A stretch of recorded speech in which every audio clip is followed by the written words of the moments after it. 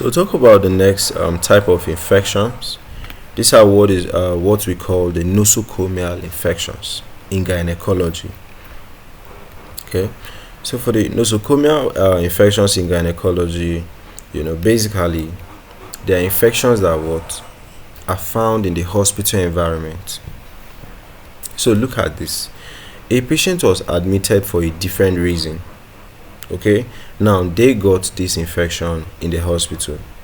Like, the patient was not admitted with this infection, they actually got it from the hospital environment. Do you understand?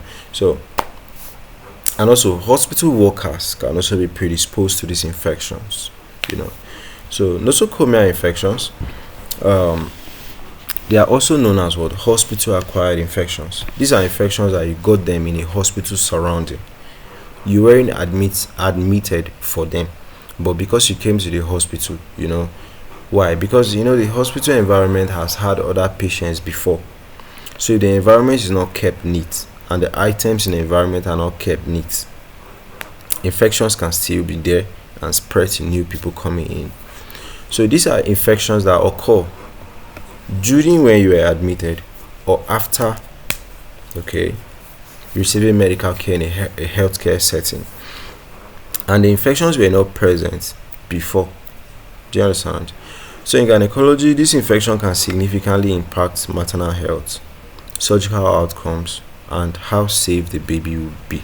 Okay, so common types of these infections in gynecology: you can have infections in the surgical site. Maybe they did a surgery for you. Of course, a surgery, they will incise you, so they are exposing part of your body, so this can lead to an infection. Urinary tract infections, maybe they used a catheter, so the catheter was not sterilized, so they pushed an infection right into your urinary tract.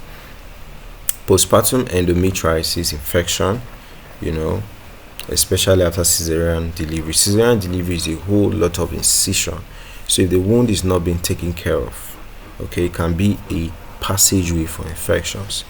The pelvic inflammatory diseases, neonatal sepsis. This is when a baby is having an infection and the infection is like spreading through the whole blood system and all of that. So causative organisms, right? Staphylococcus aureus. This is surgical site infections like Staphylococcus aureus, Escherichia coli, like the type of pathogens that are likely. We're not saying it's only these ones, we're just talking about the most common ones. Urinary tract infections like Escherichia coli, Proteus mirabilis can cause infections in that. Pelvic inflammatory disease, organisms like Chlamydia trachomatis, Neisseria gonorrhea, endometritis, group B streptococcus and all, neonatal sepsis, group B streptococcus, Escherichia coli. So what's the risk factors? Like, what would predispose a patient to having these diseases from these organisms? Two of which I could tell you for free is what? If they did a surgery for you, you have a wound automatically. If the wound is not being taken care of, organisms could patch up. Secondly, how will I put it?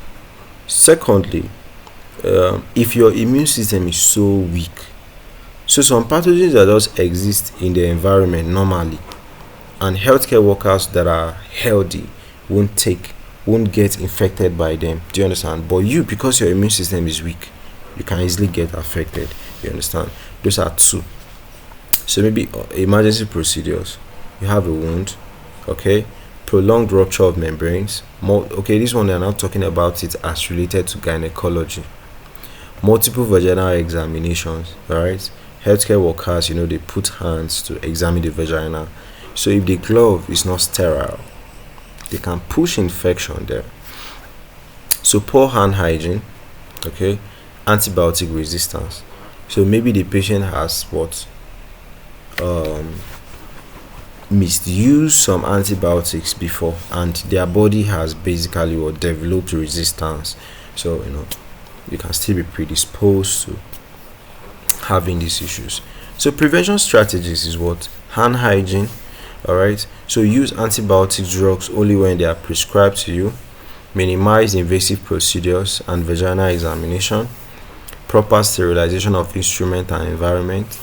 Then you should screen, okay, for infections like the group B streptococcus during pregnancy.